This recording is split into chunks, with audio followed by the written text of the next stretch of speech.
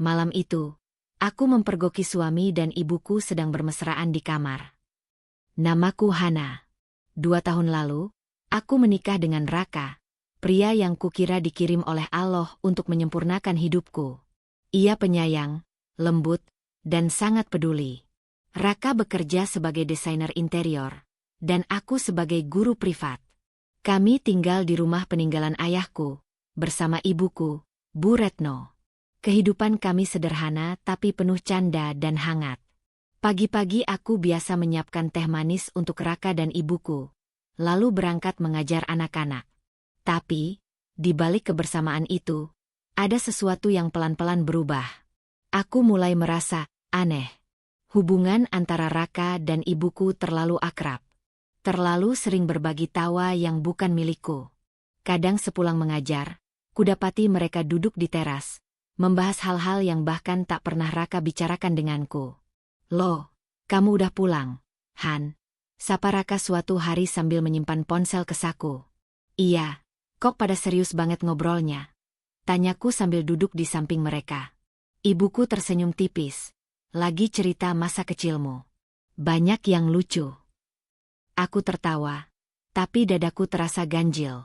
Sejak itu, aku mulai memperhatikan lebih dalam. Raka jadi lebih sering memeriksa ponsel, dan ibuku kadang berdandan meski hanya di rumah. Tapi aku terus menepis kecurigaan itu. Mungkin cuma perasaanku saja. Ibu dan menantu memang harus dekat, bukan? Tapi aku tak tahu bahwa kecurigaanku bukanlah rasa iri, melainkan peringatan dari Allah. Hari-hari berlalu, tapi perasaan tak nyaman itu tak kunjung hilang. Aku mulai sulit tidur. Setiap melihat ibu dan Raka berbicara, entah mengapa dadaku terasa sesak. Bukan cemburu, bukan juga prasangka, tapi seperti ada sesuatu yang disembunyikan. Suatu sore, aku pulang lebih awal dari biasanya. Raka sedang mandi, dan ponselnya tergeletak di meja makan. Entah kenapa, jari-jariku seperti bergerak sendiri. Aku bukan tipe istri yang suka memeriksa ponsel suami. Tapi kali ini, hatiku menuntunku untuk melihat. Saat kubuka layar, notifikasi pesan WhatsApp muncul. "Jangan lupa besok. Aku tunggu di tempat biasa. Jangan sampai Hana tahu." Pengirimnya hanya inisial huruf R. Jantungku berdegup kencang. Tanganku bergetar saat men-scroll percakapan itu. Tapi chat sebelumnya sudah dihapus.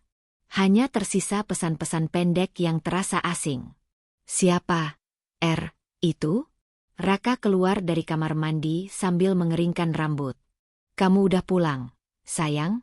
sapanya seperti biasa. Aku cepat-cepat meletakkan ponselnya dan tersenyum kaku. "Iya. Cuma sebentar tadi ngajarnya." Malam itu aku tak bisa tidur. Setiap helaan napas Raka terasa seperti pisau yang perlahan menggores keyakinanku. Pagi harinya, aku mengatur rencana. Aku bilang pada Raka bahwa aku harus ikut pelatihan guru di luar kota selama 2 hari. Padahal, aku hanya ingin tahu siapa yang ia temui saat aku pergi. Hari berikutnya, aku kembali ke rumah tanpa memberi kabar. Kutinggalkan tasku di tempat kerja dan menyewa ojek online menuju rumah. Aku berdiri beberapa meter dari pagar, mengamati. Tak ada suara. Hanya tawa kecil dari dalam rumah. Dengan hati yang gemetar, aku membuka pagar perlahan.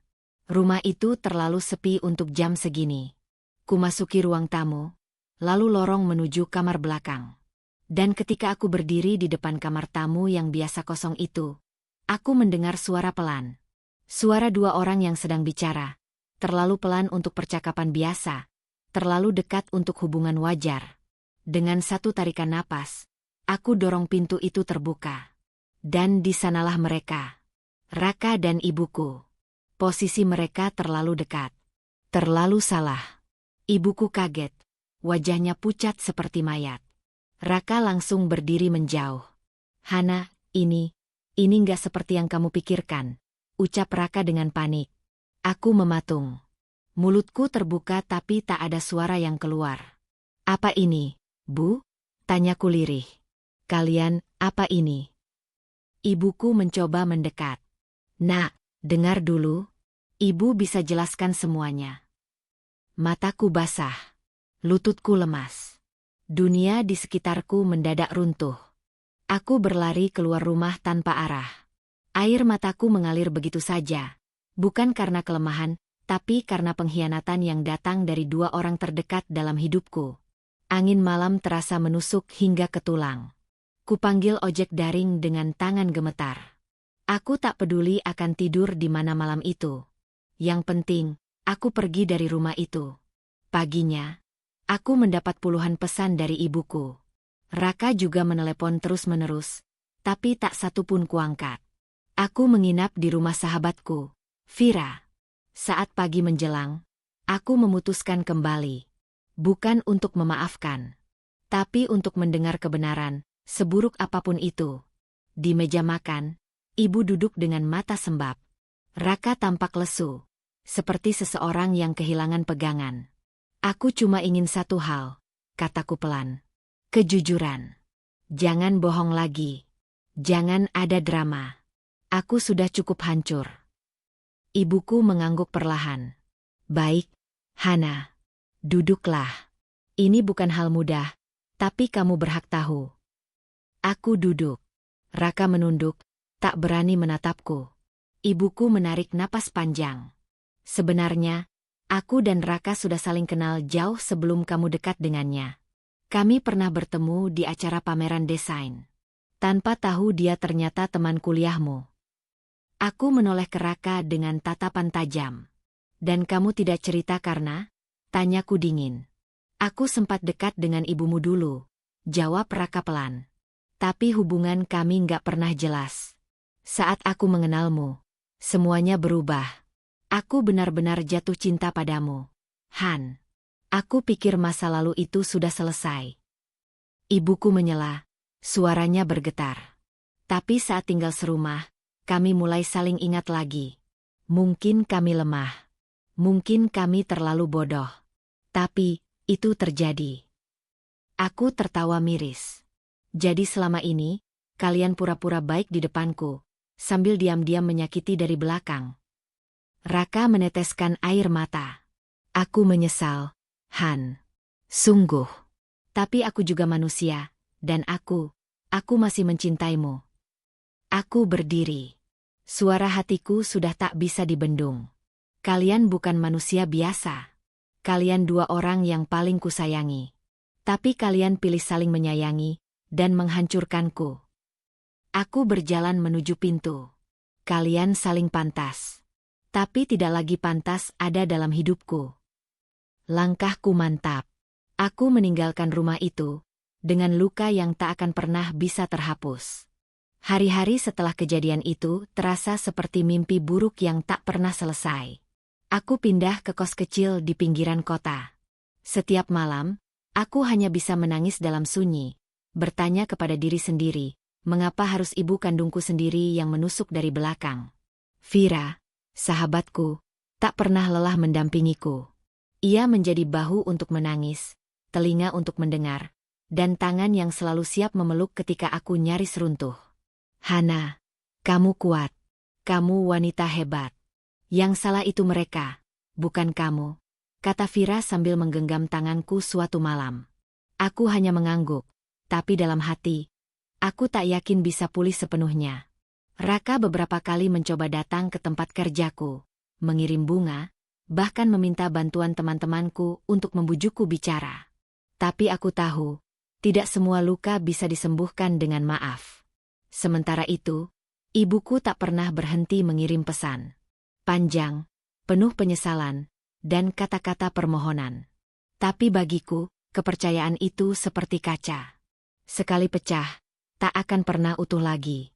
Suatu hari, aku pulang kerja dan mendapati ibu berdiri di depan kosku. Wajahnya sayu, tubuhnya tampak lebih kurus. Hana, tolong dengar ibu sekali ini saja, pintanya pelan. Aku menatapnya, hampa. Apa lagi yang mau ibu katakan? Bahwa semua itu hanya hilaf? Bahwa ibu tetap sayang padaku?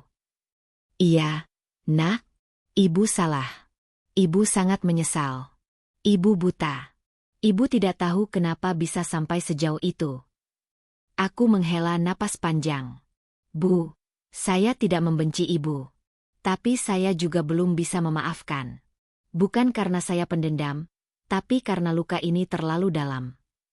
Ibu menunduk, air matanya jatuh ke lantai. Kalau begitu, ibu akan pergi. Tapi ibu akan tetap mendoakanmu setiap hari. Aku mengangguk. Terima kasih. Doa ibu tetap penting. Tapi biarkan saya menyembuhkan diri dulu, sendiri. Setelah itu, aku kembali menjalani hari demi hari dalam keheningan. Luka itu tetap ada. Tapi aku mulai belajar, menerima. Tidak semua orang bisa setia. Tidak semua keluarga bisa dipercaya. Tapi dari situ aku belajar, bahwa diri sendiri adalah rumah yang tak boleh dihancurkan oleh siapapun. Bahkan oleh orang yang paling kita cintai. 2 bulan berlalu sejak aku meninggalkan rumah. Rasa sakit itu belum sepenuhnya hilang. Tapi aku mulai terbiasa berjalan bersama luka. Setiap pagi, aku bangun lebih awal, menyeduh teh hangat sendiri, dan memandang langit dari balik jendela kos yang sempit. Di sela kesendirian itu, aku menulis. Tentang rasa, tentang luka, tentang pengkhianatan yang mengajarkanku tentang nilai diriku sendiri. Tulisan-tulisanku mulai kubagikan di media sosial. Dan tanpa kuduga, banyak orang merespons. Hana, tulisanmu menyentuh banget. Aku juga pernah dikhianati oleh keluargaku sendiri, tulis seorang pembaca. Aku ikut merasakan luka yang sama. Terima kasih sudah membagikan kisahmu. Kamu kuat, komentar yang lain. Aku merasa tidak sendirian. Di dunia ini, banyak orang yang juga disakiti oleh orang yang paling mereka percaya. Dan di sanalah aku berdiri sekarang, bukan sebagai korban, tapi sebagai penyintas. Suatu malam, Vira mengajakku berbincang di kafe kecil dekat tempatku tinggal. Kamu tahu, Han, aku bangga banget sama kamu.